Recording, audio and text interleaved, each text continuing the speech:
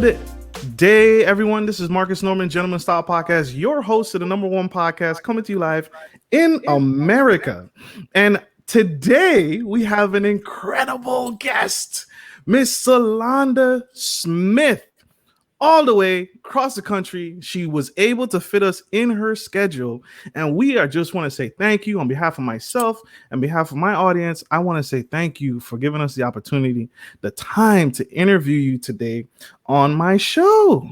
Oh my gosh. It is my honor. It is so my honor. Thank you so much for having me, allowing me to share. Oh my gosh. You all don't know this woman is impactful. She's changing the lives of couples. She's changing the lives of many, many relationships and saving many, many relationships. And the community, the world needs world changers. We are not going to make it. I say it all the time. We are not going to make it without world changers, because the world is crazy and everything is happening and everything is changing at an exponential rate. And we are the only people that can change it is us. All right. No one's going to change it for us. No one in the White House is going to change it for us. No one in the political arena is going to change it for us. We have to take action ourselves. And Miss Sulonda Smith is changing the world one day at a time, one relationship at a time. And I just want to say thank you. Thank you. Thank you for what you do. Oh, thank you for that. Absolutely. So we are going to jump right in to the questions. And so my first question is, what made you take the leap in starting your academy? Okay. This is such a close, deep, heartfelt question for me. My academy, she said he heard this, is for men. It's an online academy for men. And I started the academy because as a psychotherapist for over 20 years, I was seeing men were not getting their needs met the way they should be. And not necessarily by his woman, but just by the world, by life, depending on what skin he's walking in, depending on what industry he's in, depending on who he thinks he is or not, he was struggling. So I said, okay, well, there's some work to be done here. So I picked up the torch and I carry a fire. That's powerful. That's powerful. And you've taken on a huge, you know that, right? You've taken on a huge mission, right? There are millions of couples, millions of men that need you to help direct them and help guide their path. And so what's the biggest initial hurdles to building your academy, building this business and touching the lives the way you have? What was the biggest hurdles that you've had to overcome in getting to your point? Because I have women on this audience, and so in order for them to get to where you are, how can they get where you are? So let me take you back just a little bit, and then I'll come back. Probably about 20 years ago, I realized my relationships weren't working out the way I wanted them to. And I was not treating men fairly because of generational teachings, pain, my miseducation about men. I couldn't make a relationship work. So when I finally figured out I was the common denominator in all of this, I decided to change and understand who men really are, because we really are different. I mean, we know the basics, right? But there's some really deep internal ones, the biological, physiological, and the hormonal makeups is what makes us different and how we respond to different environmental things. And that's a whole nother teaching, but I go into that in the academy. So what I started teaching in my counseling sessions is these little things that I found out about women that men didn't know. And so they say, oh, really? And then I started giving them tools. And I, Sulonda, that worked. I want some more. I said, okay, we have something here. So it's really birthed out of the absence of the miseducation of men and women and how we're supposed to be in relationship to fulfill a deep, long-lasting happiness, freedom, and love. Did y'all catch that? And so such transparency, right? To be able to, before she poured into others, she looked internally, right? And that's something that's powerful, especially in the community today. To being able to self-diagnose and then realize, hey, I'm the common denominator in this?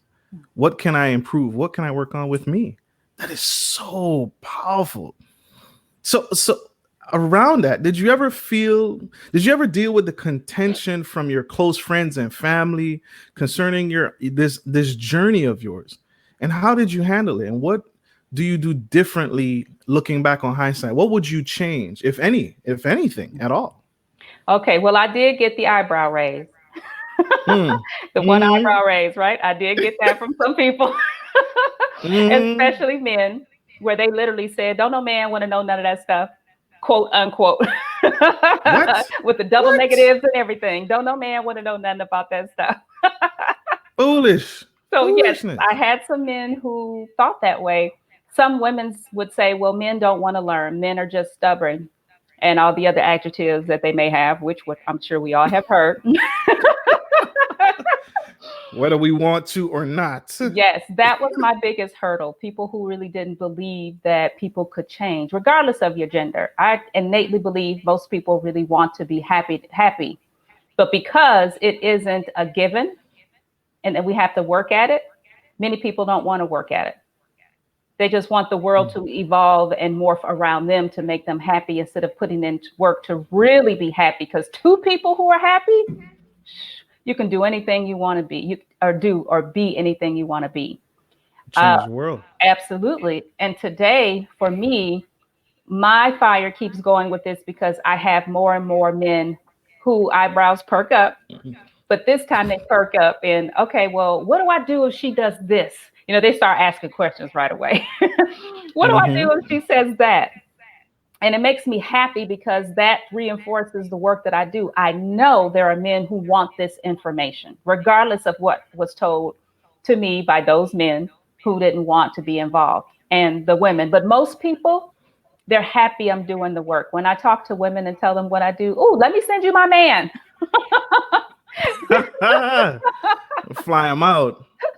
Yes, First class. Get immediately. You will take this academy. You will take this academy. yes, yes, We're gonna yes. talk to her today. And that's powerful and that's important. And because I've gotten the same thing too. I've gotten women. So I'll be a little bit honest here. I'll be honest here. When I started this, my intent was to focus on men, but now I've gotten a flood of women who like, can you send me your link? Can you send me that episode that talked about this so I can send it to my husband? I was like, oh no, I'm in trouble. I'm in trouble now. But that's the outcome. If she's trying to save her relationship, she's trying to save her marriage, and she needs, sometimes we need to hear it from the same perspective or someone that's neutral. And you are that neutrality, right? You are that middle person. I don't know either of you. I don't know her, so I can't be on her side, and I don't know him. And so you are that saving grace that can really be that neutral party that say, listen, how you feel is exactly spot on, but listen to how she feels. Yes. And Yes. and I can't, if I'm in counseling, if I'm in the academy, I can't look at you and say, oh, you just siding with her, because you don't know me and you don't know her. And so, oh my gosh, that is powerful. What what is why the particular focus on men vice women instead? Very good question. And I just want to say, Marcus, I am so happy that you're doing the work that you're doing because women want to hear from men about what to do in their situations. So you too are carrying a very sacred, right? Sacred and well-meaning task. So thank you for that.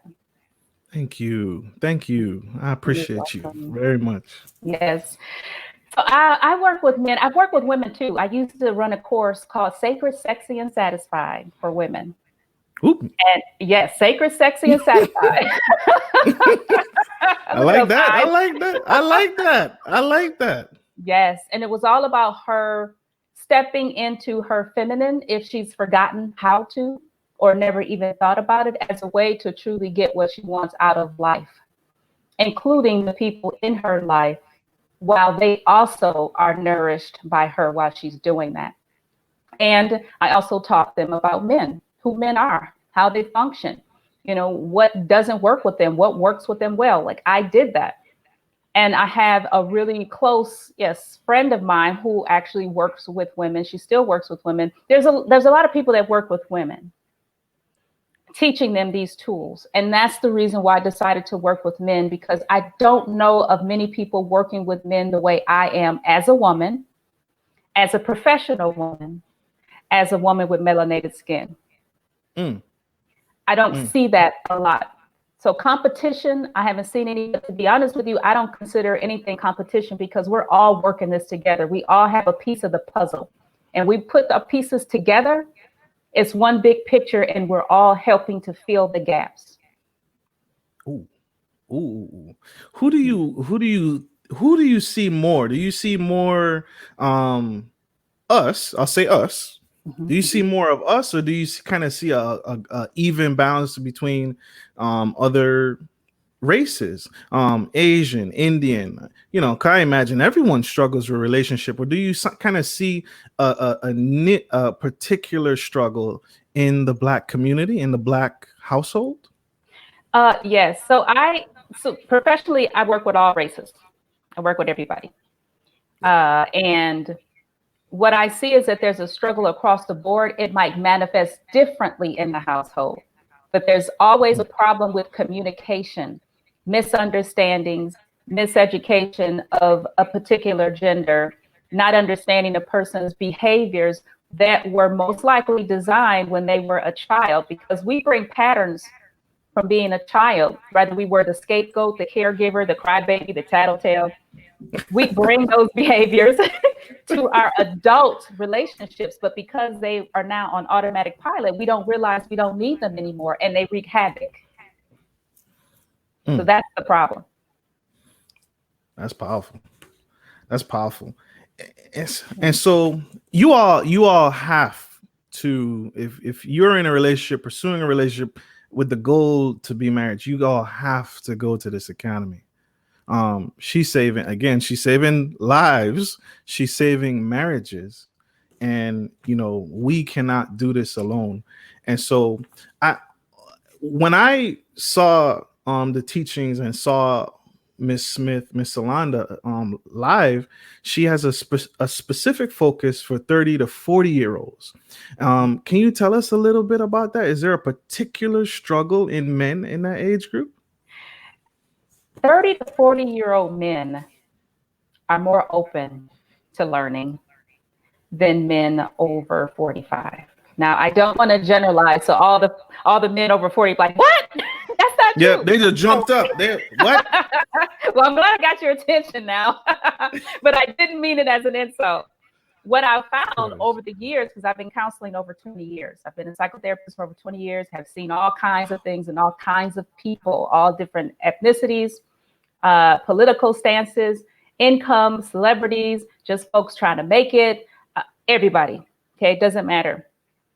And what is happening is that 30 to 40-year-olds are showing up more. They're coming. They're making the appointments for themselves. It's not their wife or their girlfriend calling, making them go. They're making the appointments themselves.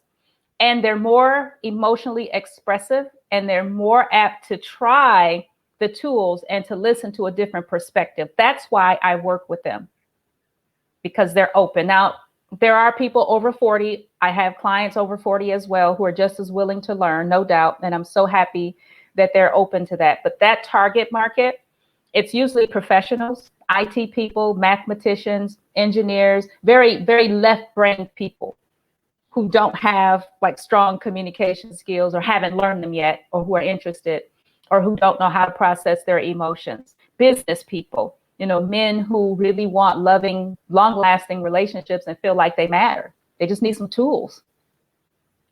They do. We do. Yes, we do. Mm-hmm. Yes, we do. Mm-hmm. Oh my gosh. Y'all getting this tea? Are y'all getting this tea? This is gold right here. You can't get this anywhere. And to be able to be in her presence and pick her brain for just like 10 minutes, it's absolutely worth it. Y'all have to check out Miss Smith and her academy, both classes and together. I think y'all should do both separately. Get your own, individual cup filled, and then come together and say, really attack the problems in the relationship. I think that would be pristine. What is you said it earlier, but you said you don't really have any competition um who focuses on the relationship the way you do. Have you what about, what I would ask, what is the sugar that really sets your counseling apart that they're not going to get and your academy that they're not going to get anywhere else? Any other um what are they not going to get from their pastor? What are they not going to get from talking to their mama or their dad about, their partner? What is that sugar? What is that tea? Yeah, I love that question. So if you're working with me, if you're in my academy, if you're working with me one-on-one and I'm consulting you or coaching you, if you're working with me as a couple, you're going to get somebody who is very much a realist. I come straight from what's going on in your relationship. We pull it back. I am not afraid to tag you, so to speak, right? And I'll tell you up front, I'm going to tag you because if you're working with me, that means you really want to be happy and you want the quickest path to get there. When I work with men, I offer sort of like a sisterly, conversation, sprinkled with humor and compassion, and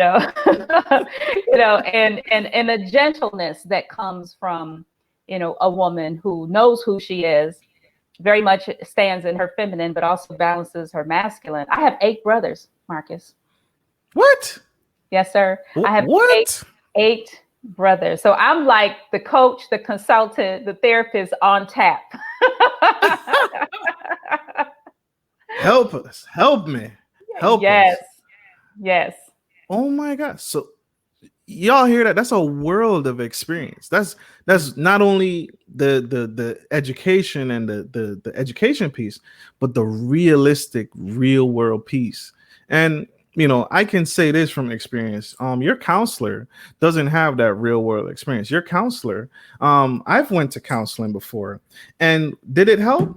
Maybe, but one thing that counselor was she wasn't African American, and so she did not have certain aspects that you just don't see in the Caucasian relationship. There are things, there are struggles, there are strifes that you may not see, that she couldn't see or understand. Like, why would you do that? Why would you do that? Well, I didn't do that. Now, again, she had the education, so she did help. But to be able to take that book knowledge and place it in my reality, right? The problems that we face are real. They're real to us. Right? This isn't some make-believe thing that you read in a book. This is my life. And so with you being able to give that real world, hey, I've been there. I've done this. I've been doing this. This is how I got through it. This is how you can get through this. To all our couples out there. So, wow. Powerful. Well, there are women who, as they grow, as they aspire, what would you give them as they search for a potential partner? What would you tell them as a man finds his good thing and someone comes around and he finds her? What would you say is the most one of the bigger things she should screen for when vetting a potential partner? Well, I have 2 answers to that. One is Yes. being willing to let him go, being willing to Ooh. let her go. Yeah. If you're a man or a woman, be willing to let that person go as soon as they are not going to treat you well, because innately, all of us know when we're being mistreated. But because of the societal conditionings, we've been taught to settle for a lot because of the idea of scarcity. Maybe we feel like we're not as attractive or beautiful or wanted or desired. Or maybe we were taught to just cling on to the one thing that we have because it's been a long time since we've had someone. So the first thing I would say is build up your self-esteem, your confidence, who you are in the world, that if you had to let go, you can let go with ease. It might hurt, but you can step away. The second concept I would say to look for when you're looking for someone is to make sure they meet your standard list. I ask my clients to create 2 lists. One is a standard that is non-negotiable. These items have to be on the list in order for this person to enter into your space, your world. And then you have a preference list. Maybe you want them to come in at 5'10", they come in at 5'8", no biggie. Okay, maybe you want them to have some mad cooking skills, but they can't boil rice. No biggie. But on that boil water. Hey, you'll be surprised now. On that standard list, maybe you want him to be kind to elderly people because you caregive for your grandparents. Like that's non-negotiable. Maybe you want children. That person doesn't want children. You want children, say bye. Because you are setting yourself up for pain and disappointment. So have 2 lists, standard and a preference. Work off of that standard list. Ooh, I like that. I like that. Is there any, and I like that so much because I think a lot of times we compromise ourselves for the sake of relationship, right? We're tired of being alone. Hey, Terica. Hey, Nichelle. How you doing, girl? Sorry. We compromise ourselves so much for relationship. And we don't go back and say, is this guy on my list? Is he on the list? Did he make the cut? Right? And we forget that, and we forget the list because he's so fine or she's so fine. Doesn't matter. He's not on the list. So if he's turning you on so much that you got to take him home that night and that's all you can think about, that chemistry is so high, leave him where he is. You don't want him. Leave him? Leave him where he is. You don't want him. If your body is on fire for this person, that's probably the only real connection you're going to have. And the intellectual and the mental and the deep empathetic connections probably will not manifest. You will try to turn yourself into a pretzel trying to make this person happy instead of you feeling like you're you in the relationship. Ooh, that hurt. That was deep. That was it. Let him go. She said, let him go. You gotta let him go. Oh my gosh. Hey, Phyllis, how you doing? Phyllis? Oh my gosh. These are, sorry, my people. How do you feel how do you recharge? How do you recharge your relationship? How do you recharge yourself when you're in a relationship? You married, we're together. I'm gonna see you every single day. How do I recharge and just get away from it? I don't know. Like, how does a couple keep that fire going? Because I'm not gonna like you every day. I always love you, and I'll always continue to love you. But sometimes I just want a second. I just want you to go. Just leave me alone. Yes, how do you recharge? How do you recharge in a safe way, in a healthy way? How do you recharge? And you've already said it. Take a break. I advocate for my couples that you take a break at least once a quarter. If that looks like you take a day to yourself and you go out and do whatever you love doing, if that's bird watching, if that's horseback riding, if that's getting your nails done, if that's learning something new and you take a cooking class, whatever it is, take that time to yourself. And if you can, do an entire weekend, get a hotel room, go someplace to recharge, because we give out so much, especially women, like the listeners, the ladies that you just mentioned. Maybe, you feel like you give a lot. There's always something to do, and you're probably always adding on to your plate. Because if you don't do it, nobody's going to do it, and they definitely won't do it right. True. This is what I hear a lot from women. Yeah. So that time apart is you recommend it? Yes, absolutely. That time apart. Okay. So recharge, take time apart. And remember, it's not forever. We're not going away. We're going to come back, but we heard it here live, direct. Take time for you. Mhm. Do you think when people get together, should they change those things that you enjoy? So if you enjoy horseback riding, but your partner doesn't, should you give that up in your No, relationship, or should you, you know, and I'm asking because I always hear about people saying, you know, I changed for her, or I changed for him, or something that I used to do, I don't do anymore because he doesn't like it, or he doesn't like horseback riding. He can't swim, so we don't go snorkeling. We don't go to the beach. Do you think that's healthy for relationships to I give don't. up your drive? I don't.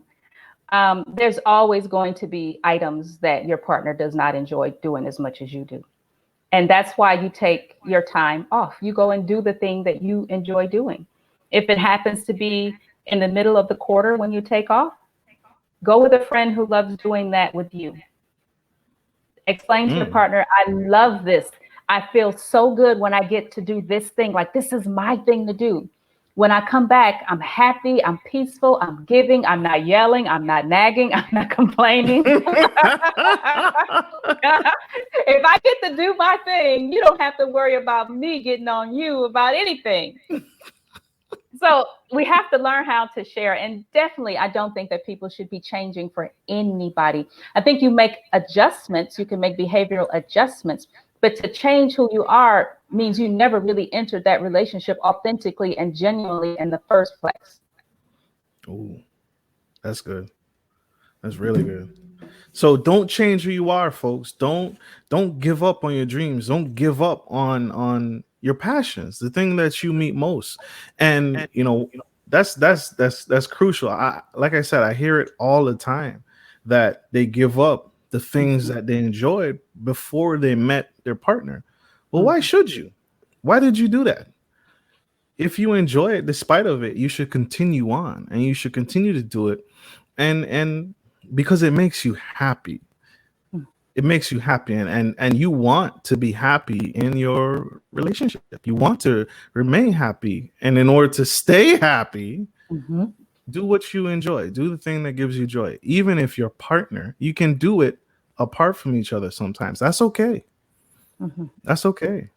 Do you recommend taking retreats? I know you've probably had or engaged in couple retreats, but do you recommend taking retreats um separately, like full blown? She's going on a cruise by herself or with her homegirls and stuff like that. So getting away to me is different from like a full on vacation. Do you recommend Mhm. that in relationship? So I do recommend self improvement. And Mm, I definitely recommend people go to retreats like healing retreats, retreats where they can unplug, unwind, and get recharged for themselves. And I think it is good when they can go by themselves because when you're with your partner, you're in a certain mindset when you're with your partner. true. When you are not with your partner, you're probably, I'm not saying you're on guard or you're walking on eggshells when you're with your partner, but just you're just a different person. So you get to be yourself. So yes, I recommend going to individual retreats and I recommend going to retreats together. Now, going with your girlfriends on a cruise, that can become a totally different type of thing, right? So while I think it is great that you have a girls' trip, I don't think it should be taken that often. I have known some women who take several trips with their girlfriends and their men don't appreciate it because half of the trips are not even taken with him. So then the question becomes, well, what are you doing on these trips? Why do you have to be away from me so long to feel like you need a break? What is it about me that you need a break from? And then the question is, should we be together? Ooh, So the ooh. rabbit hole gets deeper. It does. It does. Yeah. As you said that, I cringed. I was like, you know what? I don't even want to answer that. That's how, babe. I'm gonna just stay home. I'm gonna just stay here. Mhm. Yes. Ooh, as you said that, I got a flashback. Oh my god. Mm. So that is incredible. Y'all hearing it live and direct from Miss Smith. Please like, share, and subscribe to this because this knowledge needs to get out. This golden of information, this golden information Miss Smith is sharing with us is so powerful. Um this is powerful. You're not gonna get this anywhere. Well, you will. I lied. You will get this in her academy. um what 3 books would you recommend every man should read? Oh, yes. Okay. So I would recommend, there's so many. The ones I think will be really, really helpful, and they're different genre books. So The Way of the Superior Man by David Deidre Ooh, is a really good okay. book. The Way of the Superior Man. I also like the book, The Taoism of Sexology by Stephen Chang. Yes, Okay. The Taoism of Sexology by Stephen Chang. I'm I sorry. also, I'm sorry. I am taking notes, y'all. Forgive me. I can't write fast enough. okay. All right, you Thank got you. that one? So that was it. Yes, ma'am. Okay. Uh, and I actually have 2 more. The next one would be The Greatest, and that's by Trent Sheldon or Shelton.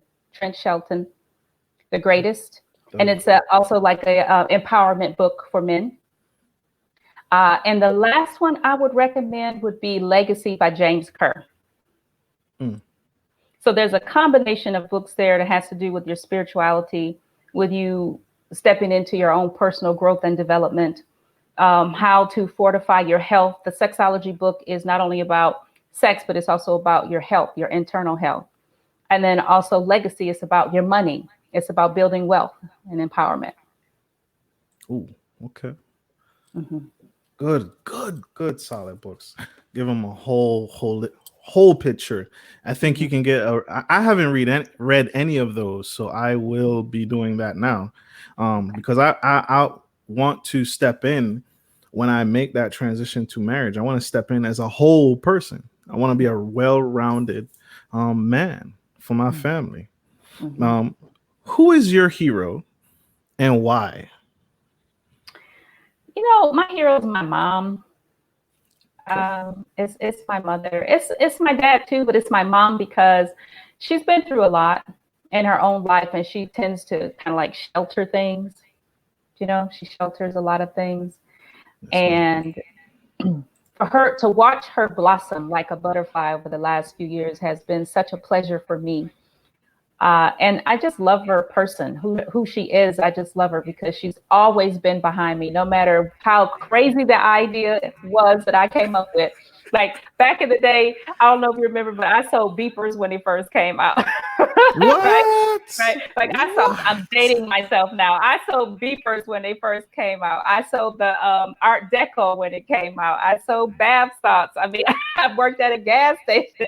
Like I've Oh my. done so many things. Right. And she never said, no, you can't do that. Well, except for wanting a pet snake. But other than that, she let me do anything I wanted to do because she believed in me. I'm with mom on this one. I'm mom. I'm with mom on this one. Pet snake. Oh Yes, my I want the gosh. pet snake. Yes. No. I am a No. nature person to the core. I love, love, love wildlife. I think our lives are wild, to be honest with you. We are wild. We are the wildest things on the planet. We're mammals. We're is those thumbs, those thumbs of ours is what makes us top of the food chain. But there's some we can be. We can be. Do you how do you feel? I always have to ask this because I have a lot of um listeners who are a part of the Black Lives movement. Mhm. And with the protesting and the rioting, this is a little bit off script, but how do you do you feel the protesting and the rioting is helping get us back on track? I know that's um it's such a powerful movement, Mhm. but it's a part of that unification of getting us back. Like if I'm an active protester and my partner is not, right, and she doesn't want to protest, is that a deal breaker? Should that be a deal breaker? For some people, it is. Yes, I've had a few couples actually.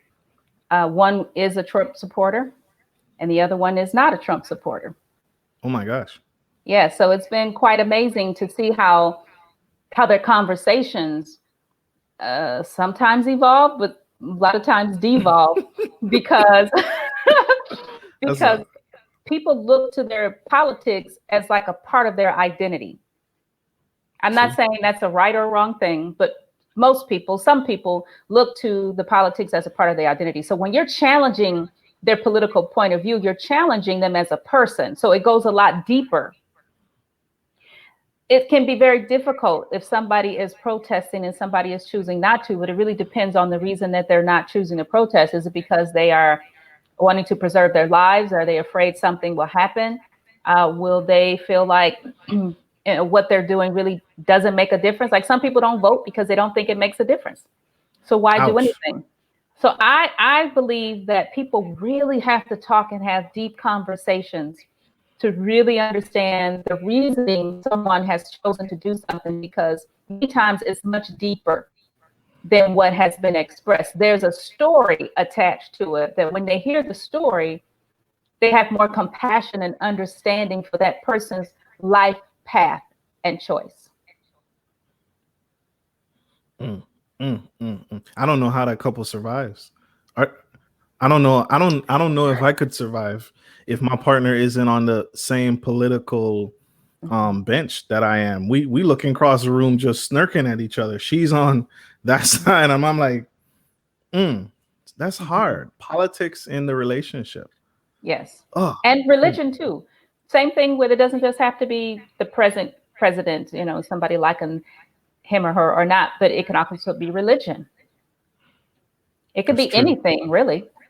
If the person makes it a big deal, then it has validity and it needs to come to the surface so that you can have a conversation, have a deeper understanding, and then decide if this relationship is supportive for you or not. That's so true. That's so true. My grandparents, my grandpa and grandma, my grandma was a Jehovah Witness, and my grandfather was a Baptist. Mm. So two very opposite ends of the Christian faith. Very powerful, and they were married for over 35 years. Okay. And so if they can do it, I guarantee you there were some lengthy conversations. There were some times where it just didn't make sense, the relationship. And I mean, they slept in two different beds. Mhm. Um, it was just so powerful for me, but they stayed together. They made it work. They found a way. They went to two separate churches, obviously, Mhm. and they would drag me along as a little boy, like, oh, he coming to me to church. I'm going to the temple, and then with her, I'm going to, I forget what Jehovah Witness calls it. They're going to the temple or something, and it was just, oh my gosh, I was just being dragged all over the place, Mhm. and just that avid belief system was so prevalent, but they made it work. Yes. They made it work every day. So you're so right. You're so right. Um, what do you do now or today that you wish you would have known when you first got started on this journey? Like my life path journey or the journey working with men and couples? The journey working with men and couples. I'll take both. I'll take both. Take I'm both. greedy. I'm Okay. selfish. Okay. I'll answer. I'll be happy to answer them. The first answer, in terms of my life, I wish I looked at education a little bit differently. I wish I knew about real estate. I wish I knew about investing. I wish I had known about other ways to make money than to get a degree and then get a debt, because I didn't have the education or the push to get grants. I got loans for my education, and I had to learn the hard way about paying money back. My mentality about money was too loose and too free. And if that's one thing that I wish I can go back and tell myself, is to be more educated about how money works and my relationship with money, so that I can set my life up in a way that I can create it for myself, because I love to travel, I love to help people, but then also to be present for others in my life, to have more time to be present for them. That's a big one for me. That's powerful. That's Yeah. powerful. Yeah. And the Where's your second question. Mhm. Mm, go ahead. Yeah, the second question. I don't think there is anything that I would go back and tell myself about men. I think maybe I wish I would have learned the information that I learned a lot earlier, maybe like as a teenager. If I would have had this information as a teenager, maybe I wouldn't have gone through so much heartbreak and craziness watching Mhm. television and all these reality TV shows, because they had them back then too, teaching me how to react in a relationship that had no place in my spirit, had Mm. no place in my mind. But because I was Hallelujah. inundated with it, that's what I did. Hallelujah. And I didn't know any better. Yes. So that definitely is a big one. Big She one. preaching. She preaching, y'all. She is preaching. Y'all get, oh my gosh, that's so true. The things that you do, um, ultimately I don't have any regrets, but if I could change some things and to just avoid Mhm. some heartbreaks, Yeah. where would we be today? Where would we be tomorrow? And setting ourselves up for success is that's powerful. um how can the people reach you? How can they contact you? Your Instagram, if there's a Facebook, your website, so they can sign up and research the academy and sign up and connect with you, Mhm. so they can save their marriage and save their relationship, or even help themselves if they're Mhm. single. You work with singles, I believe as well, right? I People do on work that with journey. singles. I do work with singles, helping them because maybe they're in between relationships. Maybe they want to figure out what went wrong in the previous one. They want to do right in the next one.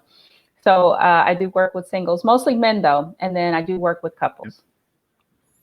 Yeah. Yes, ma'am. So I made it super, super easy for people to find me and just made all of my addresses my name, the Sulonda Smith. So SULONDA Smith. It's on the screen. So that'd be www.sulondasmith.com is to my website. And you can learn more about me and all that I do, because I also speak, which I love doing. I love just keeping a high energy of people. I'm also an author, coach, consultant, all these things. But the most important thing for me to be to people is a listening ear and someone that can help them transform their relationships. That's mostly important to me. So you can find me on IG at Sulonda Smith. My YouTube channel is Sulonda Smith. And also on Facebook. It's all the same. You can find me easily. And then the information for what you mentioned earlier, I have an academy. Absolutely. And if people aren't ready to enroll in the academy, I do free classes Tuesday nights. I do free classes, giving out information that I know has helped my gents, because they let me know, yep, Sulonda, you on point. Because I want to make sure I'm doing this thing right. I don't want to guess and go through blindly. And it's only for men. But typically men can go through IG, click on the link in the bio, and then you'll get the option to sign up. Perfect. Perfect, perfect, perfect. Before we go, I'm gonna allow one question to ask the incredible, the amazing Miss Smith. Are there any questions that my couples? This is your freebie, y'all. Next one, y'all gotta pay for. Y'all gotta pay for it. Are there any questions that my audience wants to ask Miss Smith? I'm gonna ask and let y'all think about it, but I'm gonna ask one Mhm. question for me. One thing for me is my faith, and at times it has wavered. It has wavered, and I haven't been as strong, and I haven't been as powerful in my faith. And I have, because of that, I used to let that slide. On that checklist that we talked about, that you had mentioned that you Mhm. need to have, these are the things that you will not compromise on. That has been one thing that I have compromised on. Do you think that's good or bad? Do you think that's something that should be a hard fast? You can't compromise on your religion, your belief system. Mm. I always tell people you have to go with what resonates with you. And sometimes that is something that's been introduced to you that's different, that resonates with you. Oh, I never considered that before because I never knew that. But now that you've introduced it to me, wow, like that resonates. And when I say resonate, I mean something that goes so deep inside of you that you get excited about it. It's a passion for you now. You want to learn more about it because maybe that's what you're supposed to be learning. You mentioned like something being right and wrong. I don't believe in right and wrong. I believe in beneficial and more beneficial because life, everything in life is a lesson. It's a lesson. There are no failures for me. That's true. There are no mistakes.